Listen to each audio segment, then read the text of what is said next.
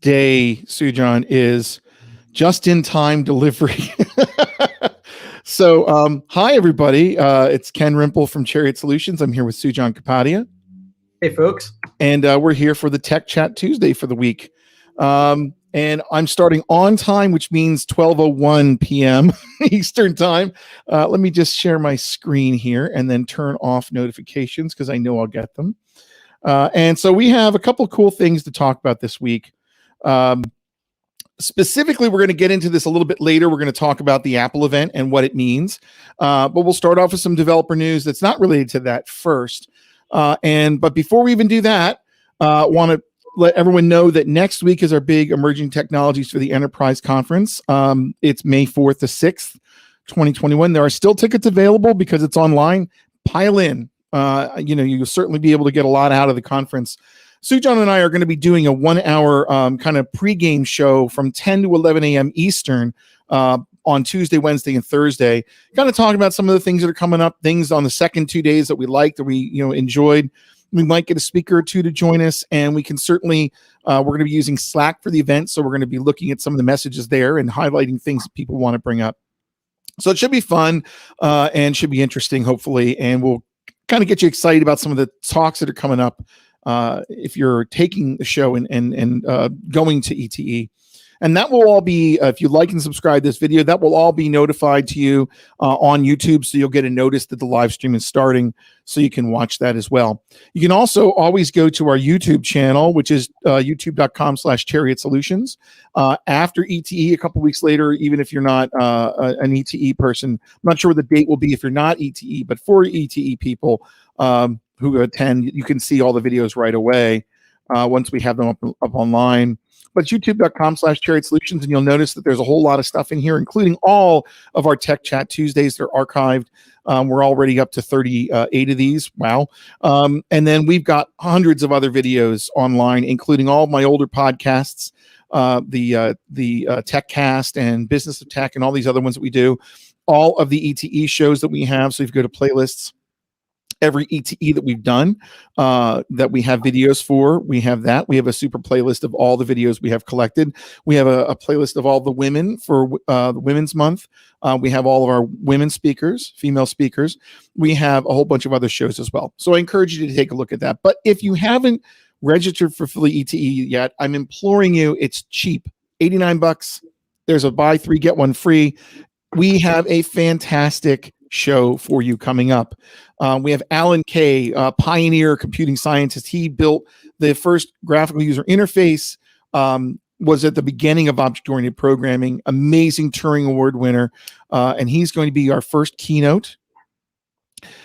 We then have Amber Case. So she's a futurist in computing. And then what's our third keynote? I'm so sorry, my brain is going on me. Jessica Care? No, you may have just said that. Hold on. No, I didn't. It's I'm sorry. See, this is what happens when you do this random. Kent Beck and Jessica Kerr, I believe, are having their conversation. So that is the third one. And Kent Beck, basically founder of Extreme Programming. So, and of course, Jessica's a fantastic interviewer. So that's going to be great as well. What do you think, Sujan? What are some of the ones you want to highlight here? I definitely, you touched on a few of them. Kent Beck, Alan Kay, Brian Getz, Daniel Spiewak, Amber Case, our very own Keith Gregory. Interested in listening to David Nolan and Michael Becker and Nithya Ruff as well. So, I guess I'm just like now listing a lot of the talks that are going on, but they're going to be so interesting, and the topics are varied widely across different, basically, languages, platforms, domains. So you're going to get a lot of different information. It's not just like a one thing like around Java or around Scala or around Go or Python. So I think there's something for everyone. I think that's something that ET's always been, and that's why I've enjoyed it, is because there's so many different topics, and you leave learning a lot more than when you went in, and you leave with a list of things to go like learn or hack on or further delve into. So that's why I find conferences really entertaining and educational, and we have something like that in Philadelphia, which we really didn't before ET. So it's amazing, and a lot of people kind of rely on ET being around every year. It's just part of the Philadelphia tech landscape. Yeah, totally. And you can see we have 3 tracks or 3 rooms going on at the same time, virtual rooms. We'll have Slack open for each of the rooms so people can comment. Last year, that was a big deal. That really helped a lot of people kind of feel like a community. You know, you lose that hallway conference. We brought it back with Slack. So we have some stuff that we can do there. And we had a lot of good feedback last year. And you can see we got a lot of variety. So, for example, at the 1:30 slot, we've got some organizational stuff with Nithya Ruff. We've got Golang talking about Go interfaces from Ricardo Girardi. And then we have Journey to the Center of the JVM with Daniel Spiewak, an excellent, deep engineering talk. So it's all over. I like the name of that. Yes. So we got, basically 3 or 4 sessions. I think it's 3 per day. With different tracks and the keynote, and we have our pregame show. So it's going to be great. I think you'll get a lot out of it. I can't talk enough about it. I've been helping organize it since basically I've gotten here. So I love ETE. All right, enough about selling our stuff, but PhillyEmergingTech.com or PhillyETE.com both work. So let's get into our first article. So Sujan, I'm going to put you on the spot a little bit and have you go first. But we have Jupyter Notebooks in the terminal. Let's talk about that. So for folks that are not familiar with Jupyter, it's essentially a interactive runtime environment for Python and the ability to basically get a REPL in Markdown format. So you can type in Python statements, execute them, see the results, comment and annotate them, save the results into a notebook format, plot, do charts, do graphs, do pretty much most of the things you can do with Python. You can install packages, you can import packages, etc., and then basically run Python code. The idea being that doing it in Markdown allows you to build an interactive notebook that can be shared with other engineers, scientists, developers, whatnot. You can share your results. So it's really popular in data science and data engineering, and folks will kind of run labs or experiments and then share their results with other scientists. It's also now become popular way of doing instructional training material, because you can have a notebook where the teacher has their exercises and solutions, and they can share a version of the notebook without solutions with their students, and folks can do things interactively and then reveal the solution and tweak it, edit it. So it's really nice for that too. Some folks behind that work on it have built or starting to build a command line terminal version of this, which is quite interesting, called NVTerm. And you're essentially doing what you do with Markdown, but you're doing it on the command line. And then you can save it off to a Python notebook format, and you could load it back up in normal Jupyter, or you could load it here. And, there's those folks that never like leaving the command line, right? They have their whole life in the command line. Their project management, their task management, their weather, their stocks, their scheduling, their everything. So this is yet another thing that you can just fire up right in the command line and start coding right away. So if you are interested in tight feedback loops, interactive coding, REPL-based coding, I would highly recommend looking at this. You're looking at Jupyter for sure, because you can do a lot more with the Markdown online version of Jupyter, which you can run in the cloud or locally. But then this is, I think, pretty cool for like hacking or trying out a few things and getting nice colorized results that you can then save off somewhere. It uses IPython underneath. Interestingly, you can actually run IPython, which is what they call kernel, the kernel that Jupyter uses. You can run IPython as your shell for Python when you fire up Python, the command line. So you get a much better REPL that has syntax highlighting and things like that. So if you like that kind of stuff on the command line, I definitely recommend checking this out. I use Jupyter to do some personal finance data munging that got cumbersome for me on Google Sheets, for example. That's very cool. And it looks like it's a nice looking interface for the terminal, which is great. Yeah. So I'll probably hack on this. Cool. All right. So the next one is from itsnicethat.com. This is the first house to be 3D printed from raw earth. Yeah. So I think this may be the solution to the housing crisis in the US right now, and in many other countries. I'm saying that a little bit facetiously, but this is a 3D printed house. Apparently they used multiple printers over the span of 200 hours using local soil to build the layers of this house out that has like a bedroom, a kitchen, a bathroom. Obviously there's other parts that are not 3D printed to finally fabricate the whole thing. But right. The concept is really interesting that they can mass produce something like this because 200 hours is not a long time. Now, I don't know if that really takes into account pre and post building it. So I don't know if that's really just the printing part of it and assembling it. But I mean, you're sort of IKEAizing, if that's a word, right. home development. Because imagine you get like all this stuff and you get a set of instructions like go build your home. So I think in areas that lack the ability to get like transport materials over or don't have the expertise to build things like this, if you're using raw earth to build this and you can follow a simple set of instructions to do it, that's really interesting. And yeah, I like the thing you highlighted. The result is Tekla is the name of the company. They're trying to technology and clay. It's a combination of the two words, Tekla. It's an almost zero emission and low carbon earth process. Now, some interesting facts. So it's made from 350 individual 12 millimeter layers, 60 cubic, which ends up being 60 cubic meters of natural materials. They're saying the average consumption, I guess, of the whole process is less than 6 kilowatts. I don't know how to compare that to a typical, American colonial home, whatever, or townhouse. How much energy it takes to build that. So that's only 8 full days, right? So let's say they're only working during the day. It's like 16 work days. That's not bad at all. No, and it seems like you've got that insulating air sections to probably make it, so that it doesn't get too hot or too cold. Yeah. So that's a big deal too. You've got kind of insulation built into the walls, or at least spacing built into the walls for that. That's really neat. Imagine maybe in the future, you'll be able to basically click and order, basically customize the kind of house you want, the way you order laptops or machines today. And it's really not, the cost is probably not anywhere near as much as it would be to build a home, and you could build a home pretty much anywhere you need to, Very cool. That's a neat one. All right. All right. Let's see. Zoom. Zoom is continually finding ways to make things odd. So we all use Zoom because if you have a kid, if you have businesses, if you work with anybody, you're going to use Zoom. They're trying to figure ways to simulate people being in the same room together besides being in a tile view like the Brady Bunch. And everyone looks to the side and hopes the other person is the one they're looking for the Brady Bunch scene. So this is creepy to me. It launches an immersive view to unify participants in the same virtual room. I don't want this personally.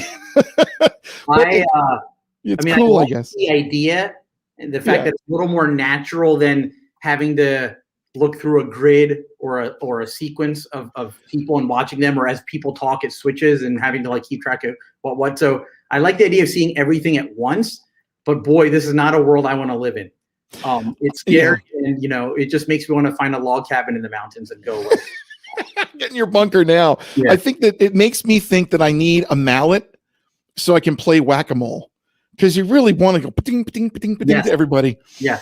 They have to come up with games around this because it would just make it a lot of fun. Anyway, they are trying to find ways to make it more interactive and immersive. Hopefully everyone gets vaccinated enough we can all go back to work and actually physically see each other. I've had the same experience. I listen to different podcasts, and so a couple of the podcasts experiment with live people connecting. So they have, for comedy, they get people clapping, and it's always this weird delay, and people are talking too much, and they have to keep telling them to mute themselves, and they're like, oh God, it's like a giant meeting. I can't take this. I see entertainment factor here, where you see little thought bubbles appear, and whatever who's typing or speaking, it shows up as text in a thought bubble above their head. Yeah. So this is venturebeat.com to give attribution here. And this is by Paul Sawers. And so, interesting to see where this is headed. It's launched, so I guess we could try it out for fun. But that's where it's going. So anyway. What happens if you, let's say I don't turn, I guess if you don't turn the camera on, you're shamed into either shows, it just, I don't know. It'd be interesting, if half the group just turns their camera off. I would just like to see a dumb smiley face you sketch out, here's Goofy Ken, Oh man, too funny. All right. Here's a realistic thing that's kind of cool. So, all right. So we're both Mac users, but I have a Surface Book that I bought a while back that's being shipped back to me today because it kept ejecting the clipboard over and over again. But anyway, so Windows has really been focusing on having good Linux support over the past 2 or 3 years. If you haven't touched a Windows machine in about half a decade, and you have one laying around, you might want to load Windows 10 and load Windows Subsystem for Linux.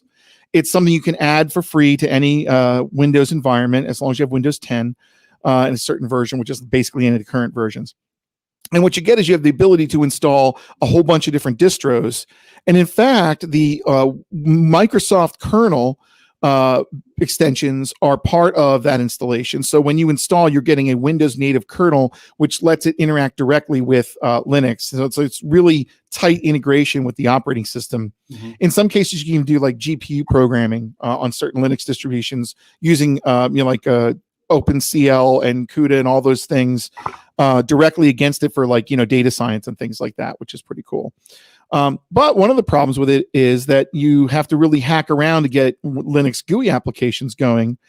So, for example, I would install, before this feature that we're talking about, I would install like an X Windows emulator like X410, which is like a $9 X Windows server or client, I guess is the right term. They always get backwards in that. So you could run your Windows server, and then you could manually configure your CLI, manually configure your terminal operating environment to point to that running X terminal. So you could run GUI Linux applications. Now, in the latest developer build of Windows, they've launched something called WSLG.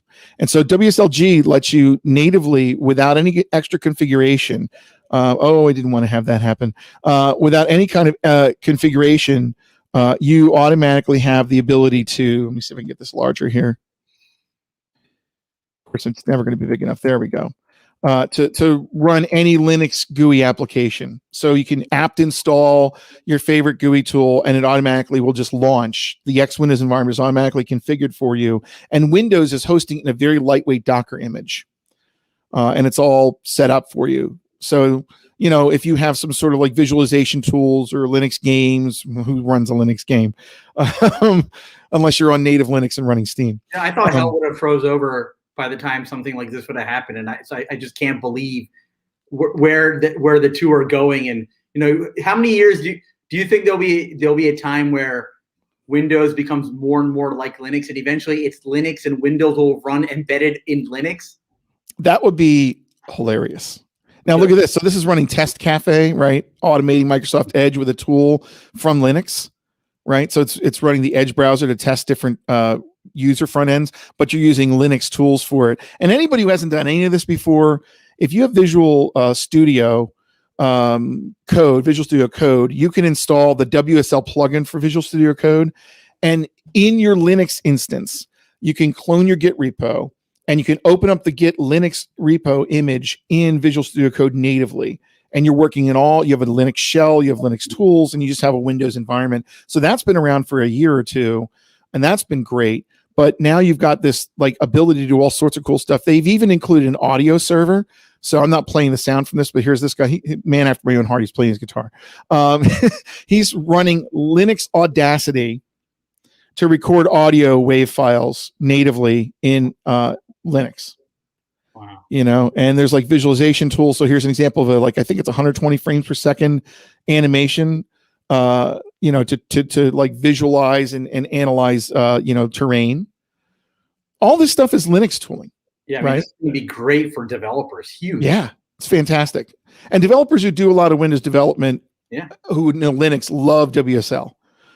It's just a fantastic tool. So if you don't have a Mac, or your company says no Mac, this is a great alternative if you don't want to go all in on running a Linux physical installation, because that could be hell on earth with driver issues and all sorts of stuff. So they literally give you Wayland, which is a new X Windows user interface, X server. They use the Pulse audio server, so you can watch YouTube videos from Firefox on Linux, no problem.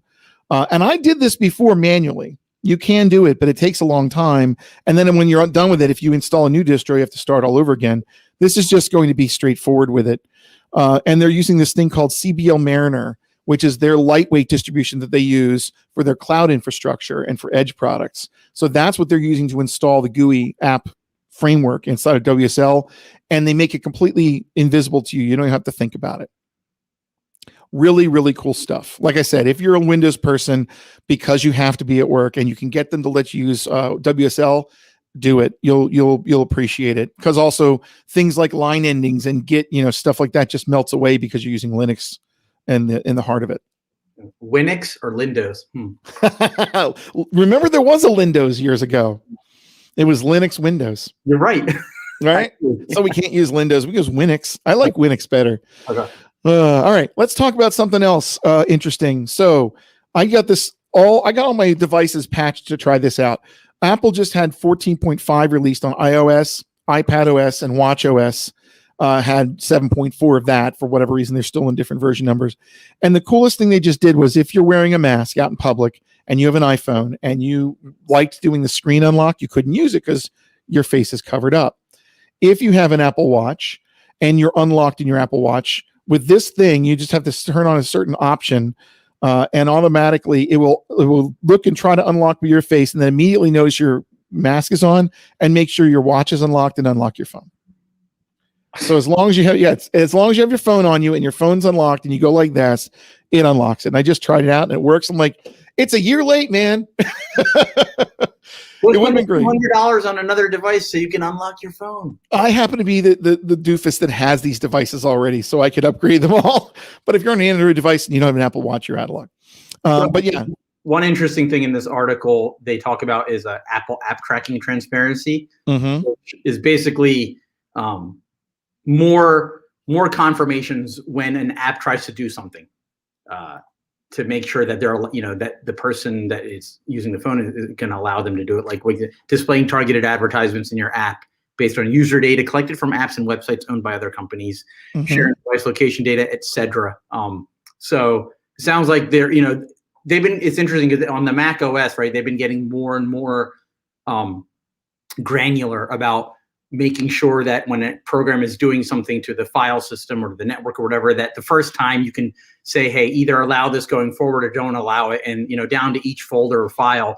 And they're making the same sort of security framework and constraints on mobile as well. So I find that interesting. And my paranoid future self thinks of stuff in the future where someday your app will ask you, allow app to send your DNA, read your DNA, or alter your DNA.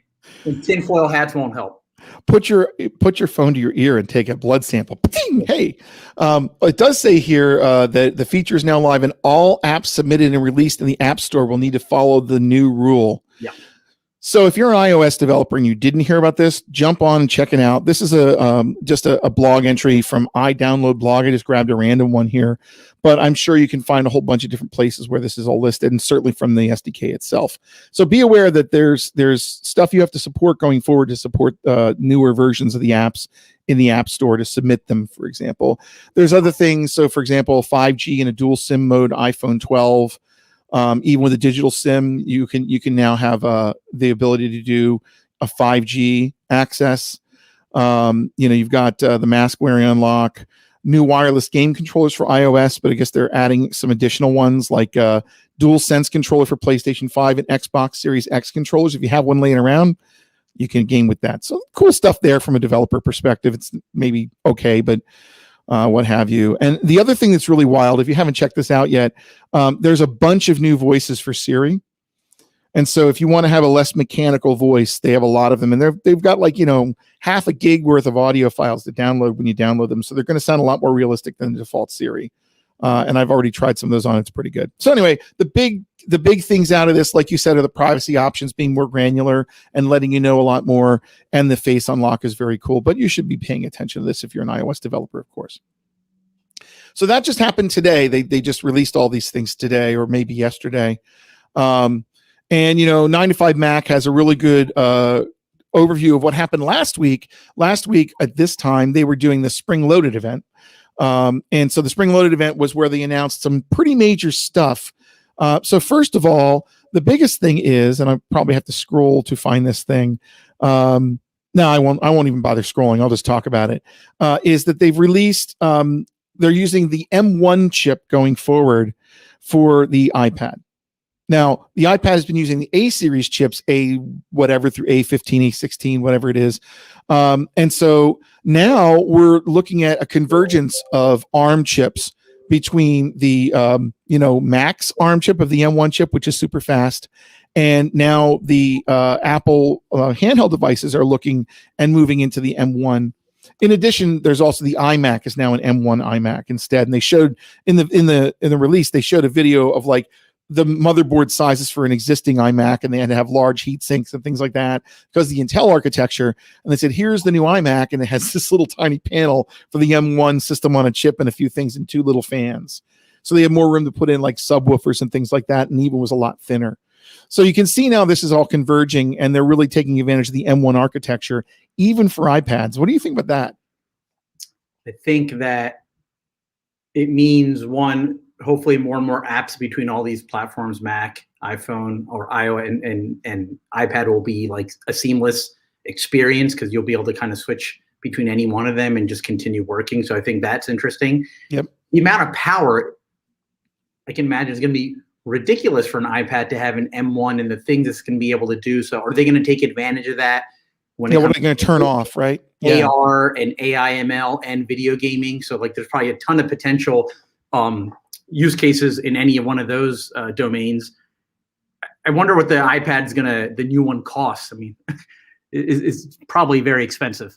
Oh, they had pricing. The older ones have come down in price a lot now that they've announced this. The iPad Pro, I believe it's like $899 and $1099 or something. I don't know. I don't have the actual price in front of me, but they weren't significantly different. But you can get the very high end 12.9 inch iMac. I'm sorry, MacBook Pro. You will get 16 gigs of RAM. Someone found out. So you have basically laptop level everything.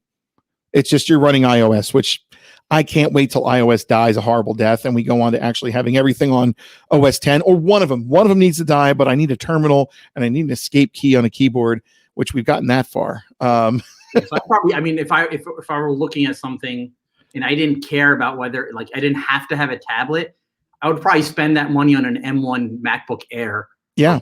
Or a Pro. Yeah, I mean, the touchscreen's nice. The one thing I do miss when I go to a Mac is I miss the touchscreen because it is kind of nice to be able to do that. That's the only thing I really miss from a touch object. You know, I need to be able to write notes sometimes, and I like writing them on a drawing tablet.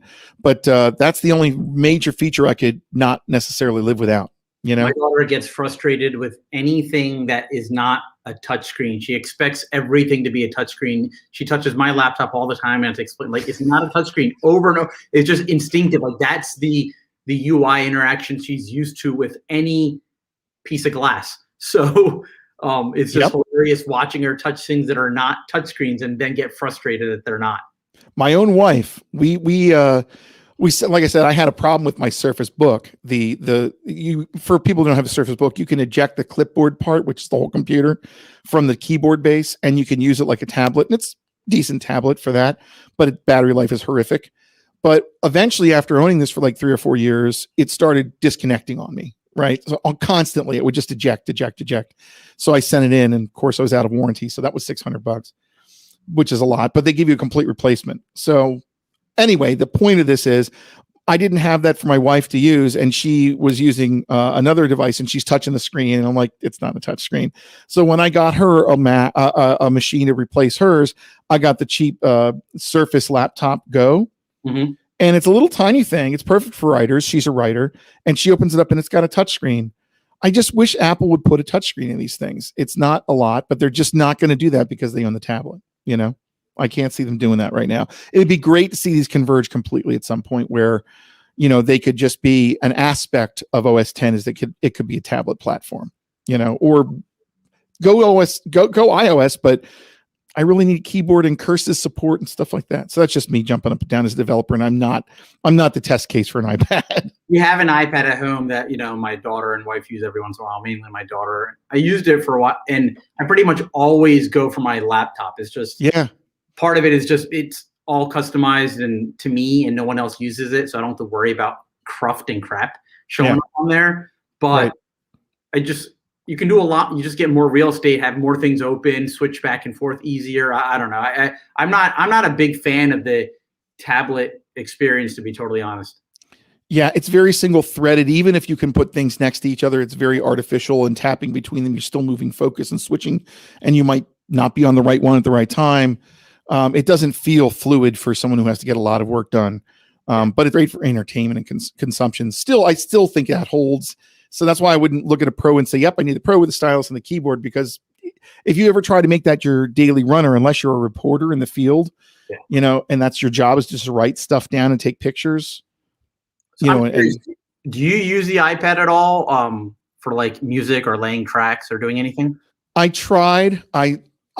So some of the things I do, it requires a Windows machine or a Mac, just because of the horsepower. The GarageBand on it's okay, but you're then kind of stuck in this little dongle world for everything. It's not a great experience for me, but I know a lot of musicians like playing backing tracks on an iPad, for example. Okay. They put their whole thing together, they put it on GarageBand, they just play it and they play over it. So it just doesn't speak to me as much as having an actual machine with plugins and a really good DAW, editor does. That's just me. So here's the thing, let's talk about what this really means. What this really means is the ARM platform is really becoming, it's going everywhere, right? If you think of like Amazon with their Graviton processors, right? Graviton 2, technically speaking, they're like the number one cloud chip right now, a manufacturer. They're manufacturing their own ARM chips. Microsoft with its SQ chips for the Surface Book 10 and things like that, they were doing ARM, and they're licensing ARM V6 or V7, whatever the version is. This is an ARM platform, the M1, and before that, so was the chips from Apple. So ARM has been really like doing licensing deals with all these companies for years and years and years, but now a lot of companies are going down the ARM route. The power consumption isn't as much. The heat dissipation isn't a big deal compared to like a regular Intel type chipset. And it's really been taking over. Meanwhile, Nvidia made a move back in October to buy ARM, which is an interesting move because they have GPU chips that a lot of people use. And they feel like, well, if we have ARM, then we could do the whole chipset with an ARM core for our own stuff, and we wouldn't have to license ARM to do our chipsets.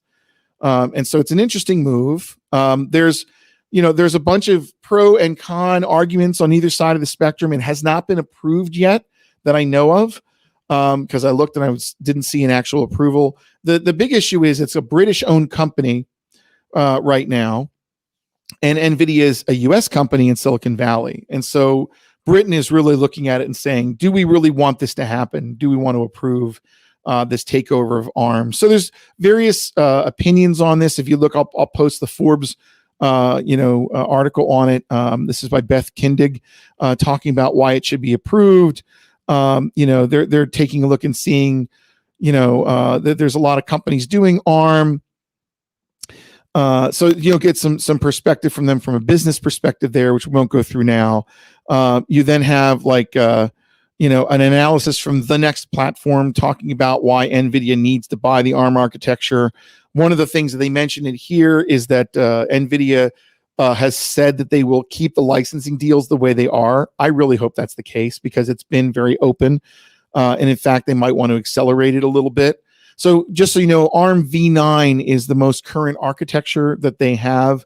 And I don't believe that's licensed by anybody yet. And I think that's like the newest platform that they're coming up with. So the hope is that even if Nvidia buys ARM, they're still going to keep the licensing deals with these other companies like Microsoft and Apple and AWS and so on. And basically, the owner or the CEO of the company at Nvidia said Nvidia can't create every processor for every situation, and no single company can. So the hope is that they're going to keep the licensing ARM as is. Licensing ARM. So in the UK, though, there we go. So Reuters had reported back on April 19th, not that long ago, they invoked national security to investigate Nvidia's ARM deal because they feel this is like a national security threat to have it go away. Think about it. A lot of systems are using ARM, probably missile systems, probably jets. Newer ones are probably using some sort of ARM technology. So they likely see this as something that they are concerned about not giving up as like a national treasure, so to speak. Yeah. I mean, one of my biggest concerns is Nvidia going to remain committed to ARM's open licensing model? Which, for example, in the Linux world, famously, the interaction between Linus Torvalds and Nvidia has not really been open with their graphics cards, right, and drivers. So it's been a challenge to get them implemented on Linux. So the support really sucks when it comes to Nvidia for Linux. And will that continue if this goes through, and how is the open source community going to react to that? Because the whole world is dependent on ARM. It really is. For mobile, but for entertainment devices, for vehicles, automotive industry, robots. There's a lot being done there. They're also getting much more into edge computing, AI, and ML, which is one of the reasons Nvidia is so hot about trying to get them. Is Nvidia is becoming a leader in AI and edge with their GPUs and mining Bitcoin and all this stuff in AI. So it's a natural progression of the two companies to want to come together, but it's an interesting position because everybody depends on ARM. And exactly. A lot of companies like Microsoft and Google and a lot of countries are going to fight tooth and nail to try to prevent this from happening. Because in the long run, my personal opinion is that, and yes, this is my personal opinion, that I don't think it's a good thing. And it certainly raises a lot of open questions, right? It's too much power with one company that obviously is going to care about their bottom line and their strategy and their market share. So what does that mean when it comes to listening to other vendors, other companies that depend on ARM and the feature requests they have? Like, how is that all going to get determined and prioritized, and what does a roadmap for ARM look like if they go under Nvidia, or is Nvidia going to let it be its own thing? I can't really see that happening. So I'm concerned. I think this is one I'm going to be closely watching. It's not exactly similar, but let's take a thought experiment and say a decade ago, if Intel started grabbing all the GPU companies up completely, right? And they have some technology, and but if they got Nvidia, for example, this is bigger than that, because Intel didn't necessarily license the concepts of the 686 or whatever to somebody else. They, AMD did a clean room implementation of it, so to speak, and they've got their processors. Or if they bought that, but this is like all these companies are building chips based on the ARM designs, the ARM licenses, I should say, for their chipsets. Yeah. So this has the effect of basically potentially hamstringing tons and tons of different companies across many different industries. So I can see your concern about that, and probably is a good reason to consider keeping these two companies apart, even though from a synergies perspective, the companies are drooling to get together for, making themselves bigger, so to speak. So it'll be an interesting battle. They're paying the $40 billion. So Nvidia wants to pay $40 billion for ARM. ARM is revenue, top line is $2 billion, and their bottom line is only $50 million. So, and that's because ARM hasn't tried to align with one side or become very profit heavy by aligning with some large companies. Like, they've been neutral for a long time for the most part. And one of these, I looked at the articles he posted, and one of them basically meant like they can't stay neutral. They can't be Switzerland forever. Like, it's at some point they're going to have to align or side with somebody. And it sounds like, this is what Nvidia is trying to do. It's probably one of those things where at some point there won't be an open license for the ARM technology, and people will have to get off of the ARM rail, or somehow make a deal with another thing. There is no other thing out there besides Intel, so this could be pain down the road. This could be really interesting pain down the road if this merges and they decide to go for just purely for profit. Right. So, but at any rate, right now you can get computers that beat the heck out of every other computer, like the M1 based Apple, and it screams, so interesting times, definitely. Okay. Well, I don't think we have anything else, do we? I think that's everything for the week. All right. So listen, everybody, again, if you have not registered for Philly Emerging Technologies for the Enterprise, it's phillyete.com or phillyemergingtech.com. It'll take you to these pages. $89 a seat. Get in while you can. It starts next Tuesday morning. I'm sure you can register over the weekend and still be in, but don't wait if you don't have to, because there's some fantastic speakers and you'll meet a lot of people. Especially if you're in the Philly area, it's great to network with your peers and see what other people are doing. You'll make some friendships that will last a lifetime. So again, phillyemergingtech.com. I should also mention, just from a Cherry perspective, we are hiring. We're looking for people. So Sujan, you've got this much in your head than I do. So talk about what we're looking for right now for people. So we're looking for senior software engineers that have significant experience with either Java, Python, or Node.js and AWS. If you're love programming. If you're really strong in a language and you're analytical, you like breaking down problems, working on technology, working with clients on technology, we're looking for people just like you. So Java, Python, or Node, again, having AWS experience is definitely a significant bonus. Having front-end skills like React, Angular, or Vue, which are almost a stack unto themselves, is really important. We do a lot of work where we're building products or applications for our clients. So it's not just back-end systems or integrations, it's full-fledged applications end-to-end. So if you're interested in that kind of work and being involved at different phases of the project from inception to completion, and like mentoring, training, being tech leaders within a client's organization, definitely reach out to us. We'd love to chat with you. We're also looking for folks with senior iOS, Swift, or Objective-C, although most of our work is Swift these days, experience. And a recent job description we added, or opening I should say, is senior data engineer. So we're looking for folks that have a lot of experience with Python, building ELT or ETL pipelines, being able to move data from one spot to another in the cloud, like Amazon or Google or Azure. Most of our work is Amazon. So if you have experience with transforming data, getting it from one place to another, for example, the target being a data warehouse, so analytics can run on that, and you have experience not just writing SQL or putting scripts together, but standing up those systems end to end, monitoring them, debugging them, finding data quality issues, and being able to like take a business requirement from a marketing part of the business and say, okay, we can get you the data, transform it, and put it into a format that you can then query it to get the answers you need. And you enjoy doing that kind of stuff and getting your hands dirty and working with a lot of changing requirements with business stakeholders. We have a lot of great opportunities. Absolutely. And again, that's at chariotSolutions.com/careers if you want to jump right to it. But you go to About, and it's right there on the page to join our team. Great. And so again, programming note, next week will be at Philly Emerging Technologies for the Enterprise. We will be doing a 10 to 11 a.m. show 3 days, Tuesday, Wednesday, Thursday. Like and subscribe this video you're watching on YouTube, and you will be notified when they start. And that's it. So for the week, I will see you later. It's Ken Rimple. Sujan Kapadia. Have a great week. Take care.